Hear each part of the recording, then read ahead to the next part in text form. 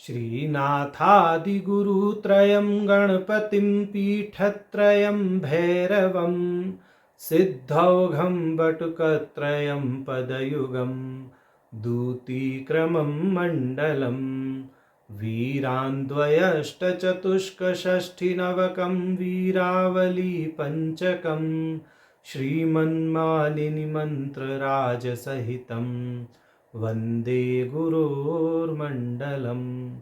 नारायण। शिव सूत्र की श्रृंखला में हम प्रथम उन्मेष के 10 सूत्रों को देख चुके थे। आज हम प्रथम उन्मेष के 11वें सूत्र का भाष्य देखेंगे। तो 8वें, 9वें, 10वें सूत्र को हमने एक साथ देखा था, जिसमें जागृत, स्वप्न, सुषुप्ति इन 3 अवस्थाओं को सामान्य जन की और योगी की दृष्टि से अलग अलग बताया गया। अब भाष्यकार जी 11वें सूत्र की भूमिका पहले प्रस्तुत करते हैं, तदंतर 11वें सूत्र का वह भाष्य करेंगे। तो पहले 11वें सूत्र की भूमिका देखते हैं, तब 11वें सूत्र का अर्थ देखेंगे, फिर 11वें सूत्र का भाष्य देखेंगे। तो वह भूमिका बताते हैं भाष्यकार जी।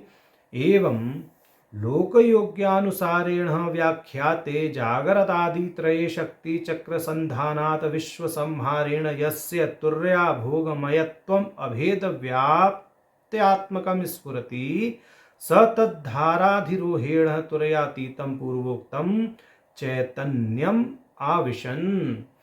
तो कह रहे हैं, इस प्रकार सामान्य लोक और योगी के दृष्टिकोण से कही गई जागृत, स्वप्न, सुषुप्ति अवस्था त्रय में शक्ति चक्र संधान द्वारा विश्व संहार की पद्धति से जिसका अभेद व्याप्यात्मकम तुर्याभोगमयत्व स्फुरित होता है, वह तदधाराधिरोहरण द्वारा पूर्वोक्त तुर्यातीत चैतन्य में प्रविष्ट होता हुआ योगी क्या कहलाता है?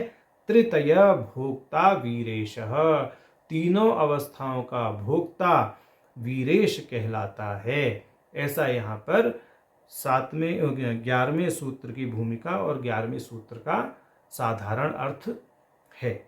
अब भाष्यकार जी तृतीय भोक्ता वीरेशः माने इसका अर्थ ये हुआ कि जिसने शक्ति चक्र के संधान द्वारा अभेद व्यापार का नाश कर दिया है और जो शिवत्व को प्राप्त हो गया है, जिसको सर्वत्र शिवमय दिखाई दे रहा है, वह तीनों अवस्थाओं का भोक्ता वीरेश है, ऐसा यहाँ कहते हैं। अब आगे भाष्यकार जी भाष्य कर रहे हैं।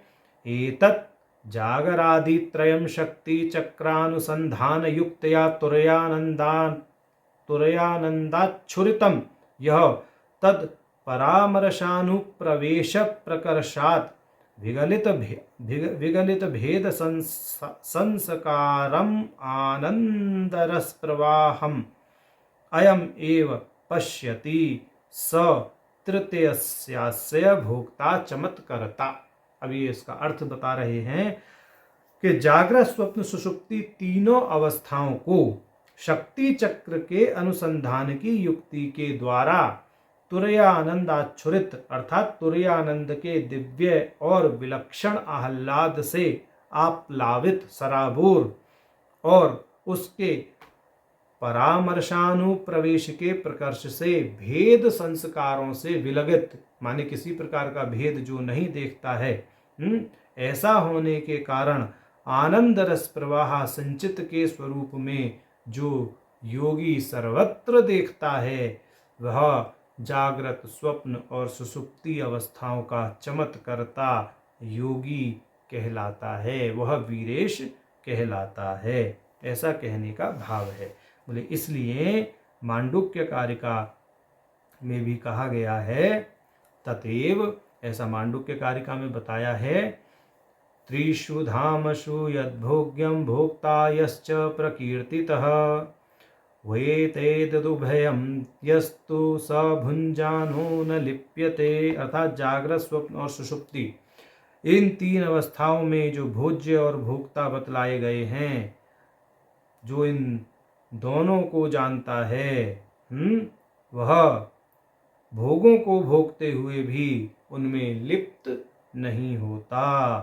तो माने उसका आचरण योगी का ऐसा तो लगेगा कि वह भोग रहा है क्या, माने, परंतु उसकी जो भावना है वो विषयों में लिप्त होने वाली नहीं है। वस्तुतः वो प्रारब्धवश अपने भोग को भोग रहा होता है, अपनी इच्छा से, अपनी वासना से कोई भोग नहीं भोगता। ऐसा यहाँ कहने का तात्पर्य है। इति नीत्या, इस नीति से। अब आगे कहते हैं, निहि सपत्न स्वात्म साम्राज्योयम परमानंद परिपूर्णो भवभेद ग्रसन प्रवणानाम वीराणाम इंद्रियाणाम ईश्वरः स्वामी।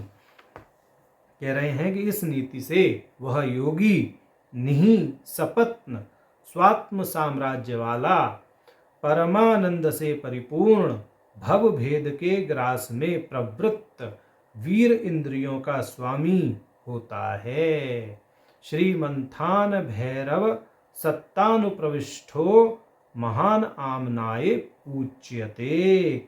और वह श्री मंथान भैरव की सत्ता में अनुप्रविष्ट होता है। मंथान भैरव अर्थात भगवान शिव की सत्ता में प्रवेश किया हुआ होता है। इस प्रकार तीनों अवस्थाओं का भोक्ता वह योगी, क्या कहा, महा आमनाये पूज्यते। महा आमनाओं में अर्थात आगम शास्त्रों में स्वामी कहा गया है, माने वीर कहा गया है। जो तंत्र में वीर भाव, पशु भाव आदि बताए गए हैं ना, पूजन करते समय के वीर भाव से पूजन करो या जो भी है, तो उसमें ये वीर भाव यही है। बहुत क्लिष्ट है इस वीर भाव को पाना। परमात्मा की कृपा से, गुरु की कृपा से प्राप्त होता है, और अपने संस्कारों के बल से, जो पूर्वार्जित संस्कार हैं। अब आगे कह रहे हैं भाष्यकार जी, यस्तु एवं विधो न भवति, जो प्राणी इस प्रकार के योगी की भांति नहीं होता, स जागरादि अवस्था भी भुज्यमानो लौकिकः पशुरेवः। वह जागृत, स्वप्न, सुषुप्ति अवस्थाओं के द्वारा भुज्यमान लौकिक प्राणी मात्र अर्थात पशु है। जिसको शिवत्व का ज्ञान नहीं हुआ है, वह अवस्थाओं का भोग नहीं करता, अपितु अवस्थाएं उसका भोग करती हैं। ऐसा यहाँ कहने का तात्पर्य है। अब आगे कहते हैं, योग्यपि इमाम धाराम अनधिरूढ़ो न वीरेश्वरः। और जो योगी होते हुए भी, माने साधना करते हुए भी इस धारा पर नहीं चढ़ पाता, अर्थात इस भाव को प्राप्त नहीं कर पाता, वह भी वीरेश्वर नहीं है, अपितु मूढ़ एव इत्युक्तम भवति। वह मूढ़ ही है, ऐसा कहा जाता है। अब आगे कह रहे हैं, एतच्च, कि ऐसा कहाँ कहा गया है, योगी स्वच्छंद योगेन स्वच्छंद गतिचारिण स्वच्छंद पदे युक्तः स्वच्छंद समतां व्रजेत इत्यादि ना श्री स्वच्छंदादि शास्त्रेषु विततस्यः दर्शितम्। कि इस प्रकार का वर्णन स्वच्छंद आदि शास्त्रों में विस्तार पूर्वक किया गया है। और यहाँ जो इन्होंने स्वच्छंद तंत्र 7-260 ये जो कारिका बोली है, इसका अर्थ करते हैं, योगी स्वच्छंद योगेन स्वच्छंद गतिचारिणः स स्वच्छंद पदे युक्तः स्वच्छंद समतां व्रजेत। इसका अर्थ है, शैव महाव्याप्तिक योगी साक्षात शिव हो जाता है।